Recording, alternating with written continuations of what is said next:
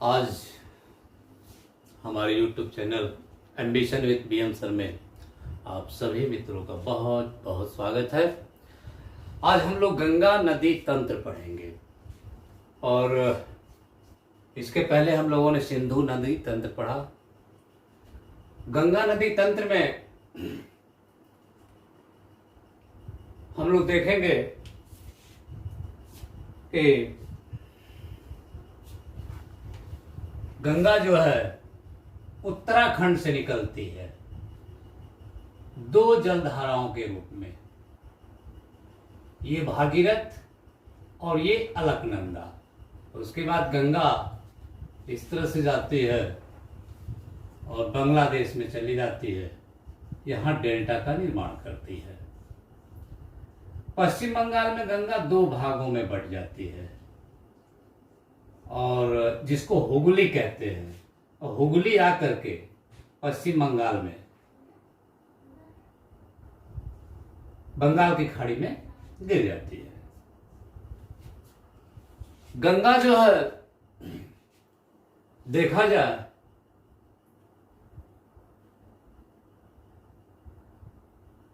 तो हमारे भारत के अंदर बहने वाली नदियों में सबसे लंबी नदी है और भारत में सबसे बड़ा जलग्रहण अगर क्षेत्र किसी का है तो गंगा नदी का है। भारत में सबसे बड़ा जलग्रहण क्षेत्र अगर किसी का है तो गंगा नदी का है। गंगा नदी अंतर्राष्ट्रीय नदी है। क्यों? क्योंकि वह दो देशों से होकर जा रही है, भारत उसके बाद ये बांग्लादेश में, यानी गंगा नदी दो देशों से होकर बहती है, भारत उसके बाद बांग्लादेश। अगर देखा जाए तो गंगा नदी का निर्माण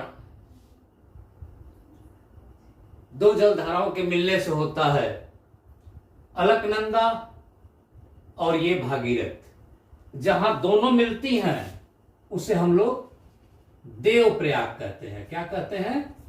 देवप्रयाग। ध्यान दीजिएगा, भागीरथ और अलकनंदा जहां मिलती है उसको देवप्रयाग कहते हैं। देवप्रयाग के बाद नदी जब आगे बढ़ती है तो देवप्रयाग से लेकर और पश्चिम बंगाल में जहां से हुगली नीचे चली आती है, ठीक है, तो यहां देवप्रयाग से लेकर यहां तक इसका नाम क्या है? गंगा। इसके ऊपर भगीरथ, देवप्रयाग के ऊपर भगीरथ, और देवप्रयाग से लेकर के और फरक्का तक जहां से हुगली नदी नीचे चली आ रही है, बंगाल की खाड़ी में गिर रही है, यहां तक इसको गंगा कहते हैं। हमेशा ध्यान देना चाहिए। तो नीचे हुगली चली आई और गंगा की मुख्य धारा जो बांग्लादेश में जा रही है, तो यहां से लेकर यहां तक, यानी पश्चिम बंगाल में फरक्का से लेकर के और बांग्लादेश की सीमा तक, इसको भी भगीरथ कहा जाता है। भगीरथ। क्लियर? देखिए, पश्चिम बंगाल में फरक्का से लेकर और बांग्लादेश की सीमा तक जो मुख्य धारा है गंगा की, उसको भी हम लोग भगीरथ कहते हैं। उसके बाद जब ये बांग्लादेश में प्रवेश करती है तो इसी को हम लोग पद्मा कहते हैं। क्या कहते हैं? पद्मा कहते हैं। हालांकि इधर से आकर के ब्रह्मपुत्र नदी इसमें मिल जाती है, जमुना नाम से आके इसमें मिलती है, बाद में बताएंगे आपको, तो भी इसको पद्मा ही कहते हैं।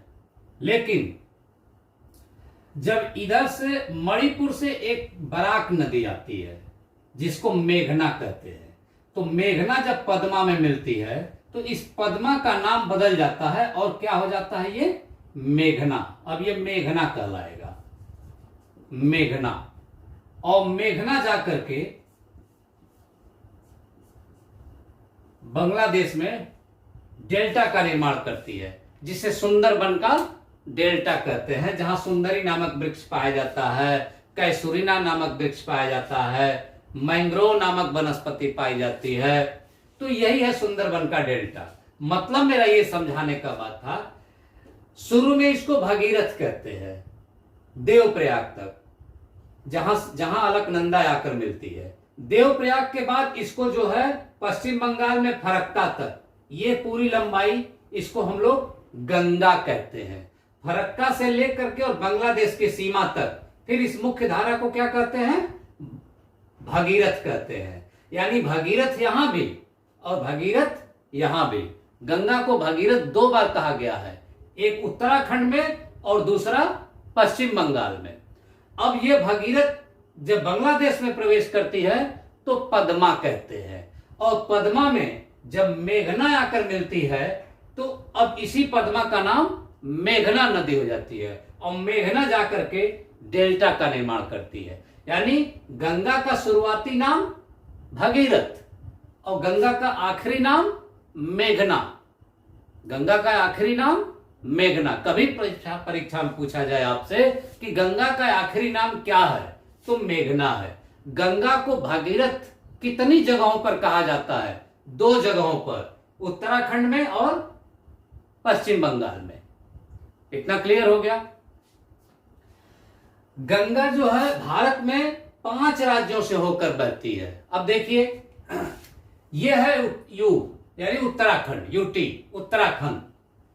उसके बाद यूटी उत्तराखंड, उसके बाद यूपी, यूपी में बहती है। उसके बाद बिहार, उसके बाद जेएचएच झारखंड, उसके बाद वेस्ट बंगाल। 1 2 3 4 5, यानी गंगा 5 राज्यों से होकर बहती है। क्लियर? गंगा 5 राज्यों से होकर बहती है। तो ये तो बात हो गई गंगा की, जो है कुल इसकी लंबाई 2500 किलोमीटर है। गंगा की कुल लंबाई 2500 किलोमीटर है। आप इसको नोट भी करते रहिएगा, क्योंकि गंगा नदी तंत्र से जो है प्रश्न उठाए जाते हैं। गंगा की सबसे अधिक लंबाई देखी जाए, गंगा की सबसे अधिक लंबाई देखी जाए, गंगा लंबाई, तो सबसे अधिक लंबाई यूपी में है। अधिक, सबसे अधिक लंबाई यूपी में, और सबसे कम लंबाई झारखंड में है। गंगा की सबसे कम लंबाई कहां है? झारखंड में। देखिए, यहां से लेकर यहां तक यूपी, उसके बाद मान लीजिए यहां तक यूपी, उसके बाद यहां से लेकर यहां तक बिहार, इसको यहां बिहार यहां तक कर देते हैं। उसके बाद यहां से लेकर के यहां तक झारखंड, और इसके बाद पश्चिम बंगाल। यानी सबसे कम अगर लंबाई गंगा की कहीं है किसी प्रदेश में, तो झारखंड में, और सबसे अधिक लंबाई है तो यूपी में। यह चीज समझ में आ गई। और गंगा 5 राज्यों से होकर बहती है, मैंने ये भी बता दिया आपको। उत्तराखंड, यूपी, बिहार, झारखंड, वेस्ट बंगाल। अब गंगा का जरा अपवाह क्षेत्र देख लेते हैं हम लोग। तो अपवाह क्षेत्र जब देखेंगे, अपवाह क्षेत्र, अपवाह क्षेत्र का मतलब यह है कि गंगा में जो है तमाम नदियां आकर के मिलती हैं। जैसे मान लीजिए ये आपका जो है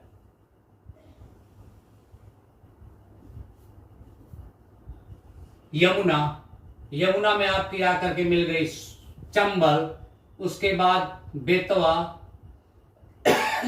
चंबल बेतवा, फिर ये केन है, फिर ये टोंस नदी है, इधर से फिर जा रही है बिहार में मिल जा रही है, पटना में आपकी सोन नदी है। इसके बाद इधर से राम गंगा है, कन्नौज में आकर मिलती है। उसके बाद यहां जो है आपका जो है आकर के ये गोमती है। उसके बाद घाघरा है, घाघरा, उसके बाद गंडक, उसके बाद कोसी, उसके बाद बूढ़ी गंगा या बूढ़ी गंडक या गंडक कह लीजिए। उसके बाद यहां से आती है दार्जिलिंग की पहाड़ियों से महानंदा। तो ये जो पूरा इलाका है, यहां तक का पूरा इलाके का पानी, बारिश यहां हो चाहे दिल्ली में हो, दिल्ली में भी होगा तो दिल्ली का सारा पानी इस यमुना नदी के सहारे कहां आएगा? गंगा में आएगा। यहां भी अगर नेपाल में बारिश होती है तो इसका पानी कहां आएगा? गंगा में आएगा। यानी ये पूरा अपवाह क्षेत्र है। तो अगर देखा जाए तो भारत में, भारत का जैसे कुल क्षेत्रफल कितना है? 32,87,263 वर्ग किलोमीटर। तो भारत के कुल क्षेत्रफल का 26.2% क्षेत्र गंगा का अपवाह क्षेत्र है। भारत के कुल क्षेत्रफल का 26.2% क्षेत्र गंगा का अपवाह क्षेत्र है। मतलब ये कि लगभग 8.6 लाख वर्ग किलोमीटर क्षेत्र में गंगा का अपवाह क्षेत्र है। क्लियर हो गया? सबसे ज्यादा अपवाह क्षेत्र, पहले हम लोग ये देख लेते हैं कि अपवाह क्षेत्र में कुल कितने प्रदेशों से आता है। तो कुल 11 प्रदेशों में गंगा का अपवाह क्षेत्र फैला हुआ है। और अपवाह क्षेत्र का मतलब यह कि इस 11 प्रदेशों से किसी न किसी नदी के माध्यम से गंगा में पानी आता है। तो अब यहां देख लेते हैं। जैसे देखिए, 5 तो यही हो गया, उत्तराखंड, यूपी, बिहार, झारखंड, वेस्ट बंगाल। तो इन सभी राज्यों का पानी कहीं भी बारिश होता है तो घूम फिर कर गंगा में ही आता है। इसके अलावा दिल्ली, तो दिल्ली के किनारे ये आपका यमुना है। तो दिल्ली में भी बारिश होता है तो यमुना के सहारे, यानी यमुना के माध्यम से पानी कहां आता है? गंगा में आता है। इसका मतलब कि दिल्ली भी आपका गंगा के अपवाह क्षेत्र में है। उसके बाद हरियाणा, और उसके बाद ये वाला जो प्रदेश है हिमाचल प्रदेश। तो यानी हिमाचल प्रदेश, हरियाणा, दिल्ली, यहां पर ये जो चंबल नदी है यमुना की सहायक, तो इसकी एक नदी है जो बनास नदी, और ये चंबल का भी कुछ इलाका इसे, ये आपका जो है राजस्थान, यानी राजस्थान के इस इलाके में बारिश होती है तो ये भी पानी चंबल के माध्यम से यमुना के माध्यम से गंगा में जाता है, यानी राजस्थान। उसके बाद यहां एमपी, उसके बाद यहां छत्तीसगढ़। तो देखिए 1 2 3 4 5 6, यानी 6 ये हो गया और 5 ये, यानी कुल 11 राज्य का पानी जो है गंगा में जाता है। यानी हमारे गंगा का जो है, जो अपवाह क्षेत्र है, कुल 11 राज्यों तक है। बात समझिएगा। अगर आपसे पूछा जाए कि गंगा का कुल अपवाह क्षेत्र कितने राज्यों में फैला है, तो 11 राज्यों में फैला है, जिसमें जो है 5 यहां हो गया, 5 राज्यों से गंगा गुजर रही है। उसके बाद हिमाचल प्रदेश, उसके बाद हरियाणा, उसके बाद दिल्ली, उसके बाद राजस्थान, फिर मध्य प्रदेश और फिर छत्तीसगढ़, यानी 11 राज्यों का पानी आपका गंगा में जाता है। तो ये तो बात हो गई, गंगा का अपवाह क्षेत्र की बात हो गई। और अब हम लोग जरा सबसे पहले जहां अक्सर स्टूडेंट फंसते हैं, पहले उसको हम लोग समझ लेते हैं। थोड़ा सा इसको मैं मिटा दूं, इधर की जरूरत नहीं है।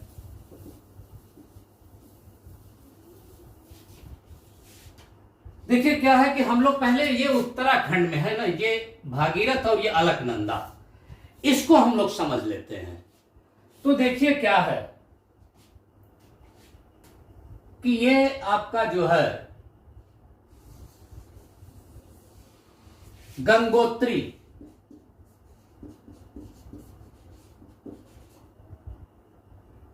और ये आपका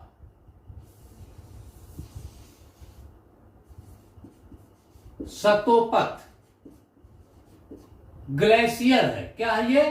ग्लेशियर। ये भी ग्लेशियर है।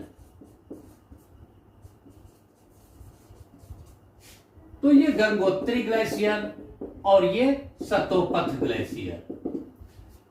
गंगोत्री ग्लेशियर के गोमुख नामक स्थान से, कौन से स्थान से? गोमुख नामक स्थान से भागीरथ निकलती है। कौन सी नदी निकलती है भाई? भागीरथ निकलती है। उसके बाद सतोपथ ग्लेशियर से अलकनंदा निकलती है और दोनों आकर के यहां ये देवप्रयाग है। क्या है ये? देवप्रयाग। देवप्रयाग में मिल जाती है। मैं इसको समझा रहा हूं उत्तराखंड में जो ये भागीरथ और अलकनंदा है, तो इधर से भागीरथ नदी, कौन सी नदी है ये? भागीरथ नदी।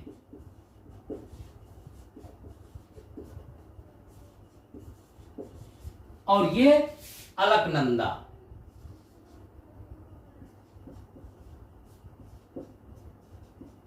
अलकनंदा है। अब देखिए, अब ये दो देवप्रयाग में दोनों नदियां आकर मिलती है, भागीरथ और अलकनंदा, तो यहीं से जो है ये गंगा हो जाती है। क्या हो जाती है? गंगा। यहीं से इसका नाम क्या पड़ गया? गंगा।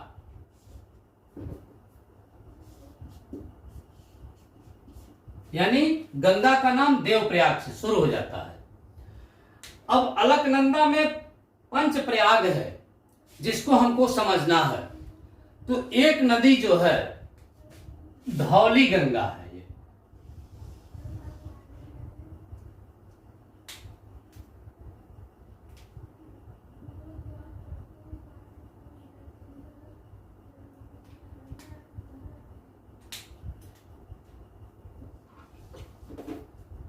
ये धौली गंगा आ रही है, मान लीजिए।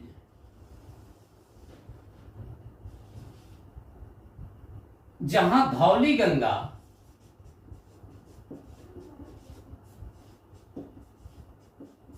गंगा जहां मिलती है उसको हम लोग कहते हैं विष्णु प्रयाग।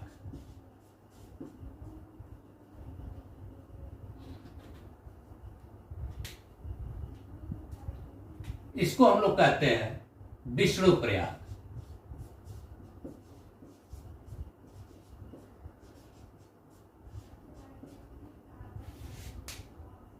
जो धौली गंगा है, धौली गंगा जो है माना ग्लेशियर से निकलती है। यहां कौन सा ग्लेशियर है? माना ग्लेशियर। मैं पढ़ा रहा था तो आपको दर्रा में एक माना दर्रा भी है उत्तराखंड में, ध्यान दीजिएगा। लेकिन यह ग्लेशियर है, माना ग्लेशियर से निकलती है। माना ग्लेशियर से। उसके बाद फिर एक है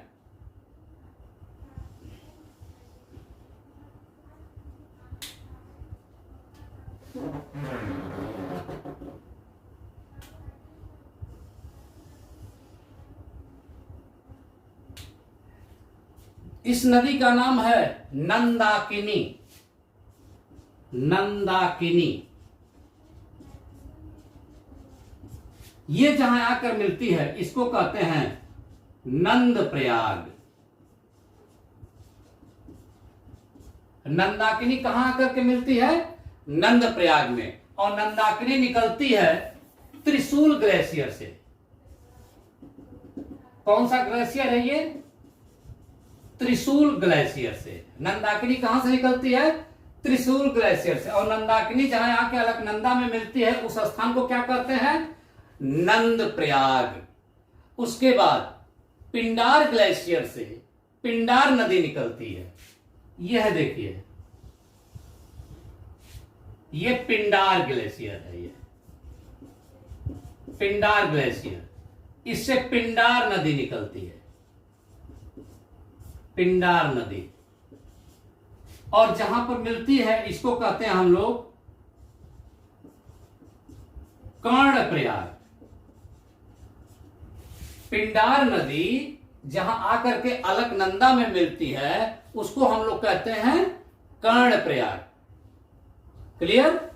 इसके बाद एक तो ये तो अलकनंदा में बाएं किनारे से आकर मिलती है, लेकिन दाहिने किनारे से एक नदी आकर मिलती है, उसको हम लोग कहते हैं मंदाकिनी। क्या कहते हैं? मंदाकिनी। इसको हम लोग कहते हैं मंदाकिनी। ये तो पिंडार नदी आपने देखा, थोड़ा सा अलग कलर हो जाएगा तो आपको याद रहेगा। यहां से जो आती है मंदाकिनी, ये कौन सी नदी है? मंदाकिनी। मंदाकिनी नदी। और मंदाकिनी नदी आकर जहां मिलती है उसको हम लोग कहते हैं, इस स्थान को रुद्रप्रयाग।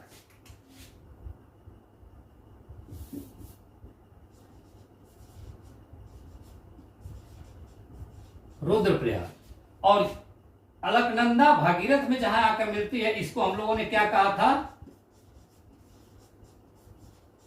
देवप्रयाग। तो देखिए, जैसे पंचप्रयाग कहां? उत्तराखंड में। पंचप्रयाग अगर नाम पूछे तो देखिए, पहला विष्णु प्रयाग,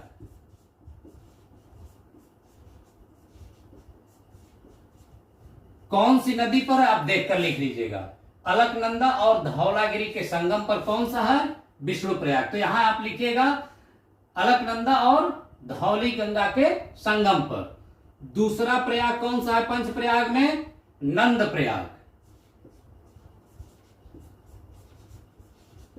नंद प्रयाग कौन सी दो नदियों के संगम पर होता है? अलकनंदा और नंदाकिनी के संगम पर, नंद प्रयाग। फिर है तीसरा कर्णप्रयाग। कर्णप्रयाग कौन सी नदी के संगम पर है? अलकनंदा और पिंडार नदी के संगम पर। उसके बाद रुद्रप्रयाग। चौथा है रुद्रप्रयाग। ये जो है आपकी मंदाकिनी और अलकनंदा के संगम पर है, यहां लिख लीजिएगा। जैसे कभी कभी प्रश्न उठता है कि रुद्रप्रयाग किन दो नदियों के संगम पर स्थित है, तो मंदाकिनी और अलकनंदा के संगम पर। कर्णप्रयाग में कौन सी नदी अलकनंदा में आकर मिलती है? पिंडार नदी। नंद प्रयाग में कौन सी नदी आकर मिलती है? तो नंदाकिनी नदी। इस तरह से पूछा जाता है। हाँ, एक चीज और आपसे बता दे कि जो ये सतोत्पथ हिमानी से अलकनंदा निकल रही है, कहीं कहीं किताबों में या वहां लोकल भाषा में यहां से लेकर, यानी सतोपथ हिमनद से लेकर विष्णु प्रयाग तक इस अलकनंदा को विष्णु गंगा भी कहते हैं। क्या कहते हैं? विष्णु गंगा नदी।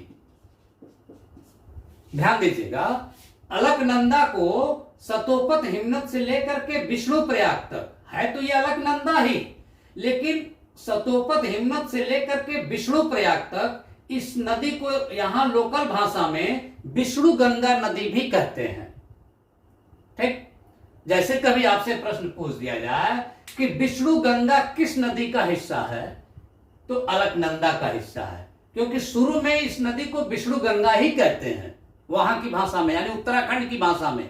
लेकिन हम लोग अलकनंदा को यहां से दिखाते हैं कि सतोपथ हिमानी से निकल रही है। जैसे गंगा है तो गंगा तो देवप्रयाग से है, लेकिन गंगा को इसके ऊपर जहां से शुरुआत होती है इसको हम लोग भगीरथ कहते हैं ना, वैसे ही जो है इस अलकनंदा को कर्णप्रयाग के ऊपर और सतोपथ के बीच में विष्णु गंगा नदी भी कहते हैं। इस चीज को ध्यान देने की जरूरत है। और पांचवा पंचप्रयाग जो है आपका है, ये रुद्रप्रयाग है। कौन सा है बेटा? पांचवा नहीं, देवप्रयाग। देवप्रयाग, सॉरी, देवप्रयाग है पांचवा, देवप्रयाग। कौन से नदी के संगम पर है? भगीरथ और अलकनंदा के संगम पर ये देवप्रयाग है। ठीक। वैसे तो देखा जाए तो पंचप्रयाग तो यही है। आपसे अगर पूछा जाता है पंचप्रयाग, तो पंचप्रयाग यही है, विष्णु प्रयाग, नंद प्रयाग, कर्ण प्रयाग, रुद्र प्रयाग, देव प्रयाग, यही पंच प्रयाग है। पंच प्रयाग की बात होती है कि उत्तराखंड के पंच प्रयाग, तो यही पंच प्रयाग है। लेकिन वैसे देखा जाए तो उत्तराखंड में बहुत सी ऐसी नदियां हैं जो जाकर कहीं ना कहीं मिलती हैं, तो उत्तराखंड में कई जगह जो है प्रयाग शब्द दे दिया गया। जैसे एक तो जो है यहां से नदी आती है भीलांगना नदी, यहां से एक नदी आती है भीलांगना। कौन सी नदी है ये? भीलांगना। और जहां आकर के भागीरथ में मिलती है यहां पर, ठीक है, तो इसको हम लोग कहते हैं गणेश प्रयाग। क्या कहते हैं? लेकिन ये पंच प्रयाग में नहीं आएगा, ठीक है ना। इसको हम लोग कहते हैं गणेश प्रयाग। और जानते हैं यहीं पर जो है, इसको मिटा दे रहे हैं, इसकी जरूरत नहीं है आपको, मैंने बता दिया। जो ये गणेश प्रयाग है, यानी पूछे कभी कि गणेश प्रयाग में कौन सी नदियों का संगम है, तो भागीरथ और भीलांगना नदी का संगम है। गणेश प्रयाग में कौन सी नदियों का संगम है? भागीरथ और भीलांगना नदी का संगम है। और यहीं पर जो है टेहरी डैम बनाया गया है। कौन सा डैम बनाया गया है? टेहरी डैम भारत का सबसे ऊंचा डैम है।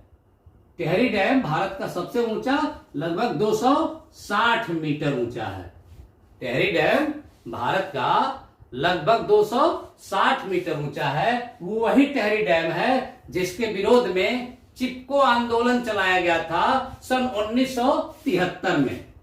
चिपको आंदोलन, इसी के विरोध में चिपको आंदोलन।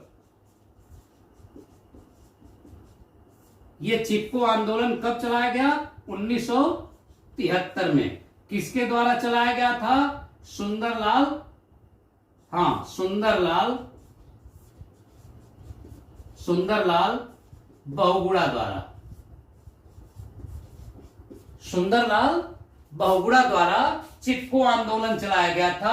यहां पर बहुत ज्यादा जो है पेड़ों का नुकसान हो रहा था, इस डैम को बनाने से बहुत ज्यादा क्षति हो रही थी, तो उसी के विरोध स्वरूप इन्होंने चिपको आंदोलन चलाया था सन 1973 में। सुंदरलाल बहुगुणा ने चलाया था। तो इस चीज को भी याद रखना है। कभी कभी पूछा जाता है कि टेहरी डैम किन दो नदियों के संगम पर स्थित है, तो भगीरथ और भीलांगना के संगम पर स्थित है।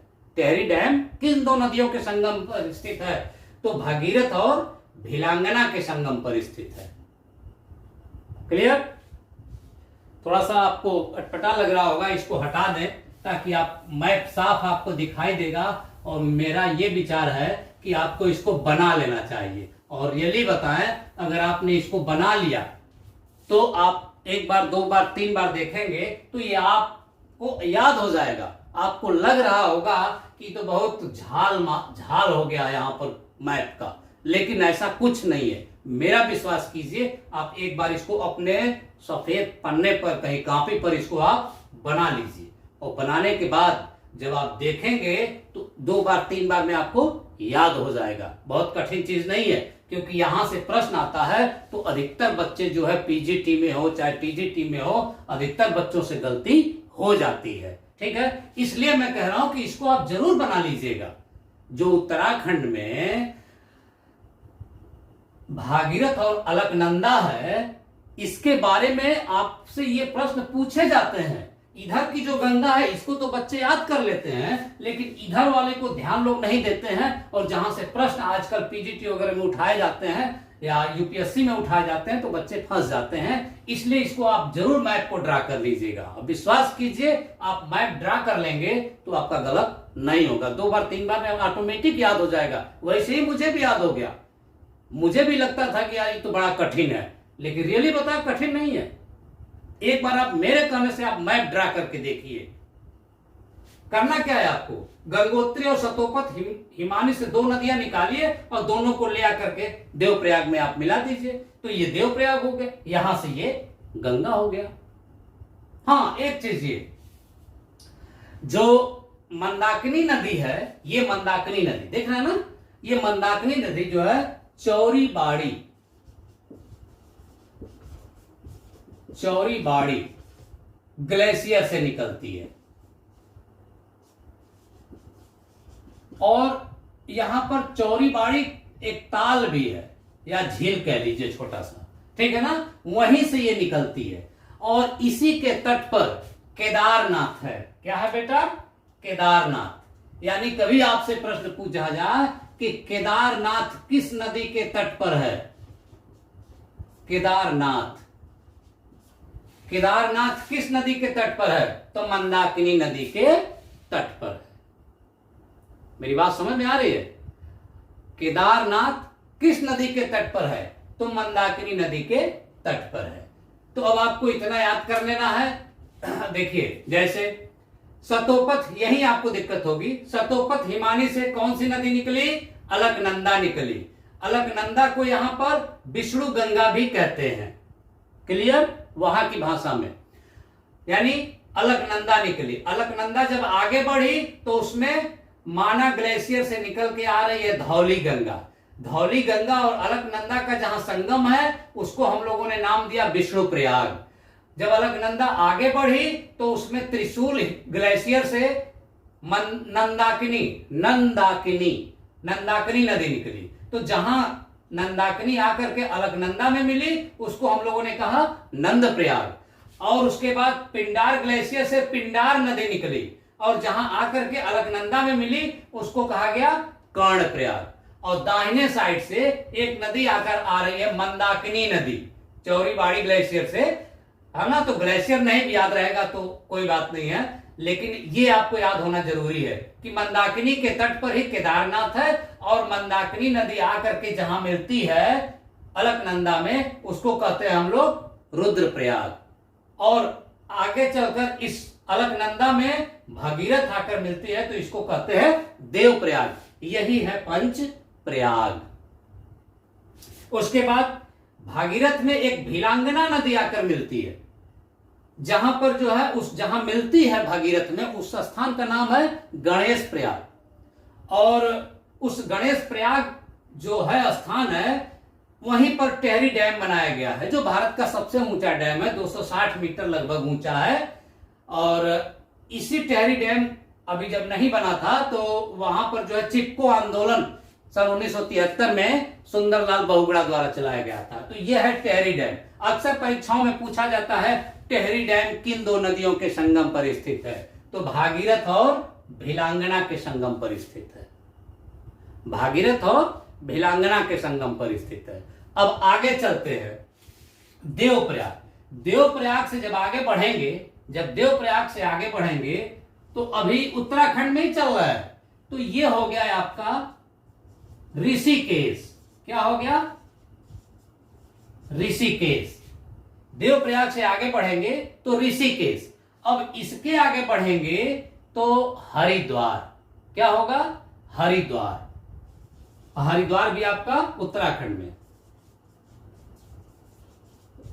हरिद्वार में गंगा जो है पहाड़ी क्षेत्रों से मैदानी क्षेत्रों में उतर जाती है।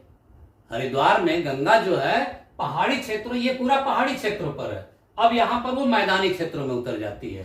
तो ऋषिकेश और हरिद्वार के बीच में राजाजी राष्ट्रीय उद्यान है। यहां पर कौन सा बेटा? राजाजी, राजाजी राष्ट्रीय उद्यान। राष्ट्रीय उद्यान, राजाजी राष्ट्रीय उद्यान है। यहां पर वैसे ही जो है ये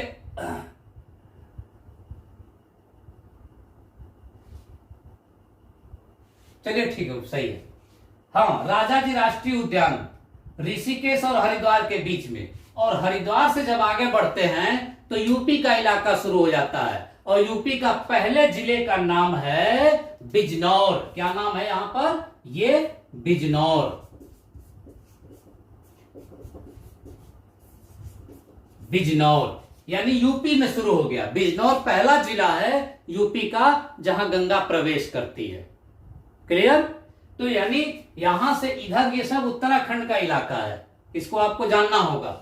इस मैप को आप अच्छी तरह ड्रा कर लीजिए, इसके बाद आपको कुछ नहीं भूलेगा, एकदम याद हो जाएगा।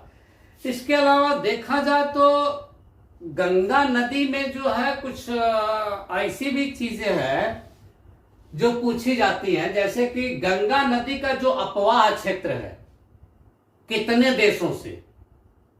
जैसे गंगा नदी तो बहती है तो दो देशों में, भारत और बांग्लादेश में, लेकिन अपवाह क्षेत्र का मतलब और कौन कौन देशों से जो है गंगा में पानी आता है, तो 4 देशों से आता है, भारत, नेपाल, चीन, बांग्लादेश। याद रखिए, अगर पूछे कि गंगा का अपवाह क्षेत्र कितने देशों में है, तो 4 देशों में। 4 देशों में कौन कौन? भारत, नेपाल, चीन, बांग्लादेश। क्लियर? ये पूछे आपसे कि गंगा की सबसे अधिक लंबाई यूपी में, गंगा की सबसे कम लंबाई झारखंड में। क्लियर? लेकिन अगर यह पूछे कि गंगा का सबसे बड़ा अपवाह क्षेत्र कौन है, यूपी। गंगा का सबसे बड़ा अपवाह क्षेत्र कौन है? यूपी। इसके अलावा सबसे न्यूनतम अपवाह क्षेत्र वाला दिल्ली हो जाएगा, तब झारखंड नहीं होगा, दिल्ली। क्योंकि झारखंड में जो है बहुत सा झारखंड का पानी गंगा में आता है, लेकिन जो आपका दिल्ली है, दिल्ली में जो बारिश होती है उसका पानी यमुना के माध्यम से आता है, लेकिन अपवाह क्षेत्र दिल्ली में बहुत कम है। ठीक है ना? तो अगर पूछे कि न्यूनतम अपवाह क्षेत्र गंगा का किस प्रदेश में है, तो दिल्ली में, और सबसे कम लंबाई किस प्रदेश में है अगर पूछ दे, झारखंड में। क्लियर? सबसे अधिक लंबाई यूपी में, और सबसे बड़ा अपवाह क्षेत्र कहां है? यूपी में। दोनों का यूपी होगा, लेकिन न्यूनतम अपवाह क्षेत्र दिल्ली का, और सबसे कम लंबाई झारखंड में। क्लियर? इतना आपको तैयार हो जाएगा। इसके अलावा कुछ और भी चीजें हैं जो जानना चाहिए, जैसे गंगा को राष्ट्रीय नदी, गंगा को राष्ट्रीय नदी माना गया। राष्ट्रीय नदी ये कब माना गया था? 2008 में। गंगा को राष्ट्रीय नदी कब माना गया? 2008 में। याद रखना है, कभी कभी ये सब भी प्रश्न परीक्षाओं में पूछ लिए जाते हैं। इसके अलावा गंगा का राष्ट्रीय जलीय जीव, राष्ट्रीय जलीय जीव गंगा डॉल्फिन को कहा जाता है। गंगा, उधर दिख नहीं रहा होगा, गंगा डॉल्फिन। गंगा नदी का राष्ट्रीय जीव कौन है? गंगा डॉल्फिन। इसके अलावा Ganga action plan, Ganga action plan, Ganga, तो ये राष्ट्रीय जलीय जीव जो है आपका 2009 में। गंगा का एक्शन, गंगा एक्शन प्लान है एक, Ganga action plan. Ganga action plan कब आया था? 1985 में। कब आया था? 1985 में। ये सब गंगा के विकास की बातें हो रही हैं, जब जब जो है हमारे सरकार द्वारा कुछ न कुछ योजनाएं लाई जाती हैं। इसके अलावा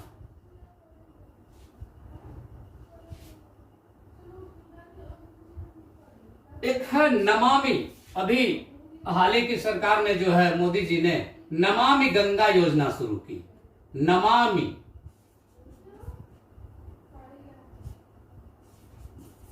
नमामि गंगा योजना, नमामि गंगा योजना 2016 में। दिख नहीं रहा होगा इधर, 2016 में नमामि गंगा योजना। नमामि गंगा योजना कब हुआ था? 2016 में। गंगा को जो है एक जीवित मान लिया गया, गंगा को जीवित जीव मान लिया गया। ठीक है। जैसे एक मानव को, एक मनुष्य को जितना जो है प्रश्रय दिया जाता है कि मानव एक जीवित जीव है, उसी तरह गंगा को जीवित जीव मान लिया गया उत्तराखंड हाईकोर्ट द्वारा, मान लिया गया गंगा को। और ये कब हुआ था? गंगा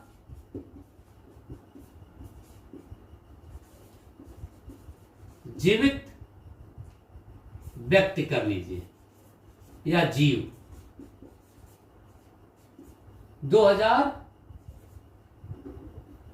2017 में गंगा जीवित जीव, यानी गंगा को एक जीवित जीव मान लिया गया 2017 में। और एक है Ganga smart city, Ganga smart city 2018 में। कब? 2018 में। उसके बाद गंगा वृक्षारोपण योजना चलाई गई, गंगा वृक्षारोपण योजना, गंगा वृक्षारोपण योजना 2019 में, 2019 में। और गंगा में ही डॉल्फिन प्रोजेक्ट एक चलाया गया। जैसे टाइगर प्रोजेक्ट होता है, टाइगर प्रोजेक्ट, उसी तरह डॉल्फिन प्रोजेक्ट। तो जो गंगा डॉल्फिन है, गंगा डॉल्फिन एक मछली है, जीव है, तो उसको सुरक्षा के लिए एक डॉल्फिन प्रोजेक्ट योजना लाई गई। डॉल्फिन प्रोजेक्ट योजना 2020 में। कभी कभी इससे भी प्रश्न पूछ लिया जाता है कि नमामि गंगा योजना जो है कब लागू की गई थी? 2016 में जो है। गंगा स्मार्ट सिटी कब योजना लाई गई थी? 2018 में। या डॉल्फिन प्रोजेक्ट योजना कब शुरू हुई थी? तो 2020 में। तो इस तरह से जो है प्रश्न कभी कभी आ जाते हैं इससे भी, तो इसको भी आप नोट कर लीजिएगा। और हम लोगों ने यूपी तक, बिजनौर तक पहुंच हम लोग गए थे। इसके आगे जो है अगले वीडियो में आपको गंगा की सहायक नदियां दाहिने तट से और बाएं तट से कौन कौन सी नदियां आकर के मिलती हैं, मैं उसको आपको समझाऊंगा। जैसे जो है अगर बाएं तट से देखा जाए तो रामगंगा है, गोमती है, घाघरा है, गंडक है, कोसी है, उसके बाद जो है महानंदा है। और बाएं साइड से देखा जाए तो आपकी सबसे लंबी उसकी जो है जो सहायक नदी है यमुना है। यमुना की सहायक चंबल है, बेतवा है, केन है। इसके अलावा सोन नदी है जो अमरकंटक से निकलती है और पटना के समीप जाकर के गंगा से मिल जाती है। इसके अलावा उसमें जो गंगा से एक दूसरी धारा दक्षिण मुड़ जा रही है पश्चिम बंगाल में, हुगली नदी। हुगली नदी में एक दामोदर नदी है आकर के मिलती है। इसको मैं अगले वीडियो में आपको मैं विधिवत समझाऊंगा। मुझे उम्मीद है कि आपको विधिवत समझ में आ गया होगा। और मैं आपसे यही चाहता हूं कि आप जो है हमारे इस चैनल को अधिक से अधिक सब्सक्राइब करें, शेयर करें और लाइक करें। धन्यवाद।